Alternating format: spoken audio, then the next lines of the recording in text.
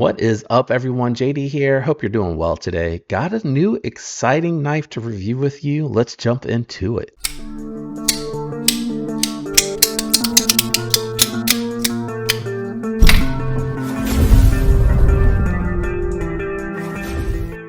All right, guys, today we got a new model from Kizer that I'm very excited to bring to you. It is going to be the new Mini Militaw, and there's a couple of reasons that this is really exciting. Of course, I am looking at the premium version. I pick this one up myself, and it does have fat carbon inlays. This is the jungle wear inlay, titanium with a stone washed finish on their S45 yen.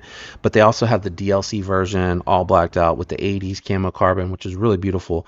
But what's also really cool about this, guys, they're offering now finally budget-friendly versions of this with Nitro V. It is a liner lock with G10 and micarta G10 and just a ton of inlays, which I think is fantastic. I'm really excited to see it. I also know that they have a couple of new versions of the Militaw out there for the full size, both I believe in 154 cm and their S45 yen, which they're doing a really good job on. So really exciting to see all of that, but I really wanted to check this one out because I thought it was an interesting option for like a gentleman's knife. Ladies may really enjoy this as well. People with small to medium hands may have thought that the full size Militaw was a bit too much, and that's where I think this absolutely is going to hit perfectly for you. So again, we got stonewashed S45 yen here. Very nicely done. It is, in this instance, a titanium frame lock, but some of the minis are in Nitro V with that liner lock. So if you're a lefty, do keep that in mind. I didn't see if the clip was reversible, so I'll do my best to have my editor throw that up on the screen for all of you just in case it is. It does in this instance it does recess into the scale a little bit, and you don't have anywhere to mount it for reverse. So the premium version in this iteration at this time is not lefty friendly. I love the pocket clip on here. I actually really like this finish a little bit better than the black wash with the DLC. I'm sorry, it's not black washed. The blacked out version with the DLC coating, which is true DLC. Now, this does have really good access to the lock bar. It has very similar action from what I've experienced as my full-size Militaw does. Front flipper is excellent. Reverse flick is excellent. The detent is really well tuned. Thumb flick on this is very good as well. I am really digging this one a ton. Just been a ton of fun. Great companion carry. Very discreet to carry in the office. I like it a lot. Now, as far as cutting performance, it's got a very thin blade stock, came with a really good factory edge, cut through the catalog paper with no issues whatsoever. And I just tested on a little bit of cardboard. It is a smaller knife. I really wouldn't intend this to be hard to use, but this would be more like occasionally breaking a box down, occasionally needing to cut through something dense. You know, it's not a worker's style knife. It's just an everyday carry knife where you're going to use it on occasion for certain things, certain tasks, and it really performed perfectly for that for me. It is for me a full four-finger grip. I do not use the Ford cutout when I say it's a four-finger grip. So I am getting about half on here in the front. I'm getting about half on here in the back, and then I have plenty of space for the other two fingers. And then the jimping does fall a little bit short for me. I would have liked them to carry it the full length of the opening hole, but it does, when you do that, limit how much cutting edge you do have. So I would say you probably just want to drop the thumb down and cut with it like that, or you just want to go ahead and if you're trying to do some detailed work, you can use that jimping. You can move your thumb out over to the swedge. Pinch grip is really nice. I actually use the scalloped section here and use that to kind of get out to the tip, and it works really well. I can get good articulation. I am able to get a lot of power behind the edge and do any type of trace cutting or detail cutting that I need to do with that. You do have ceramic bearings in the pivot. These are the very thin bearings. I went ahead and threw some skiffs in there. They are the 5mm 3/16. Is that right? I think that's right. Editor, I'm sorry, you might have to throw that up on the screen. Excellent jimping here. Very easy to reach around. Very easy to use the inside finger opening technique as well. If I don't hit myself on the thumb like I just did there, because I wasn't paying close enough attention. Excellent D10 again for opening and closing. Acoustics on this one. Let me let you listen to it.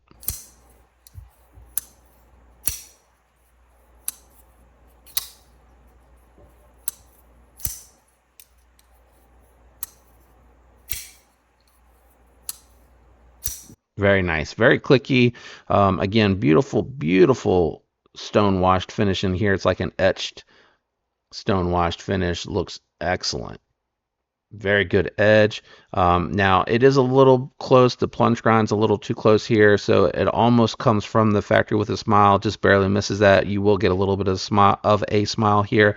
The stop pin is internal, so I don't know if you'll be able to see that. It's internal there. So if you wanted to, you could actually improve that a little bit. I would probably. Oh, I put my Ohio River jack away, but it has that Chris Reeve S style sharpening tool. So basically taking it and making it flat like that, pushing this out here, so then you'll have all of the sharpening life here because you'll have that little bit of steel removed from there. So I do like that. Let's do a couple size comparisons and we'll go ahead and weigh it and then we'll wrap it up. All right, guys, I do have my Spyderco lightweights out here. As you can see, it is definitely a small knife, right? Almost mini.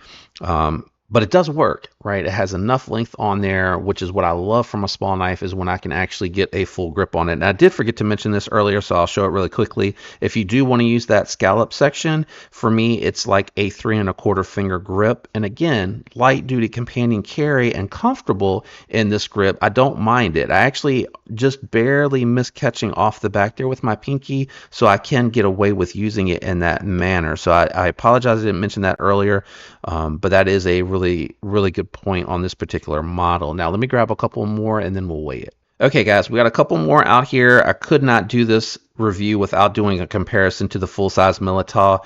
So when they said Mini Militaw, in my mind, even though I read the specs, I was expecting it to be more like the size of the Lush, right? I expected to have just a little bit more handle to it and just a little bit more blade length, because even then it's still going to be miniature compared to the Militaw, but perhaps they can find something like this size that would be more compact, or maybe even just a skosh longer, but a skosh smaller than the regular Militaw, and you could have the compact and the mini. I don't know. We'll see how well the mini does. If it does really well, maybe Kizer will be open to that. I certainly plan to express my feedback for compact with them just to see what they think and say. I've also already on a couple of their posts said I really would love to see this variant in this size. I think it would do really well. I like the jungle wear. I love the silver. I think it all looks really good. Having said that, let me go ahead and grab the scale. We'll do some weight and then we'll wrap up the review. All right, we got the scale out here. Let's cut her on and let's see what this one weighs in at. I'm thinking 3 ounces. It feels really lightweight, 2.6. So it's even lighter than I anticipated, which is great for a companion carry knife. I think this almost could flex into a 5th pocket carry, but it does seem like it'd be a little long. So it may be that, you know, you have a lot left out. And for me with 5th pocket carries, if too much hangs out when I sit, I do feel that kind of digging in. So I don't know if it would work for that, but definitely really good weight there. That is like Para 3 lightweight weight with a titanium knife. That's really good. Let me go ahead and put the scale up. And since this is my knife, we're going to go ahead before we wrap up and check out the old spine whack test. I would hope that you wouldn't be hard using this or using it in a scenario where you would have to hit the spine, but we'll check it anyway. Okay. Popped out immediately. Didn't pop out that time. And it popped out the second time. So fails the spine whack test. Again, it's a light duty knife, so don't use it that way. All right, let's go ahead and wrap her on up, guys. There's a lot that goes into account here. I grade on a scale of 1 to 10, 1 being the worst, 10 being the best, 7 caps for all budget knives because of the materials that are involved here. This would be more premium because of the steel, titanium, and the inlays on this particular one. Great access to the lock bar, really good jimping for that front flipper, really good jimping for that front flipper. Reverse flick and thumb flick work good.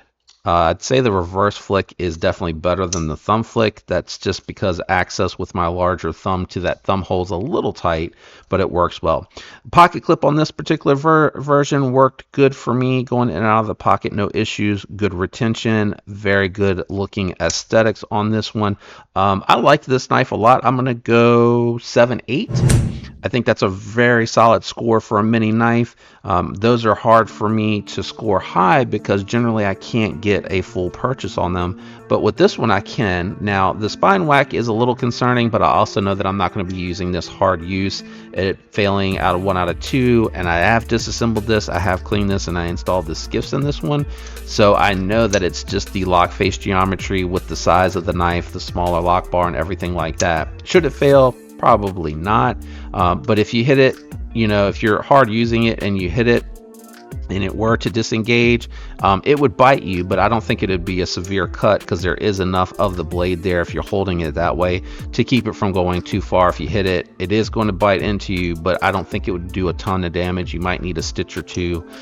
Just don't use it in that scenario, right? This is meant for opening packages, cutting loose string, occasionally breaking a box down. And again, in all those instances, you're going to be pushing that into the stop pin here. You're not going to be really doing any batoning or anything with that. And as you have the knife and it wears and it breaks in, you know, that may go away. I didn't really think about trying to clean the lock bar because I had cleaned it. Maybe I could do that, but it's such a small knife and there's so little lock face geometry in here.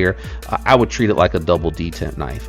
Having said that though, easy recommendation. I do know that I signed up to check out some of the budget variants on those, so I will probably check those when they come in just to see if the liner lock version of this one does any different. And I'll check with some other reviewers to see if they've been able to kind of test the spine on this one. I had no issues with my full-size Militaw, but I will be curious to see if they had any issues with it. You know, I hit it medium, right? I didn't bash it, but I hit it hard enough to emulate like accidentally spinning and turning around with the knife open and hitting a wall or a post or something like that on accident. Let me know what you think about the Mini Militaw down in the comments below. I am very curious to see what you guys think. My links are down below. It helps when you use them. Totally up to you. Thank you guys, because you have actually been really amazing about using them. I'm out of here. I'll catch you all on the next one, guys. Peace.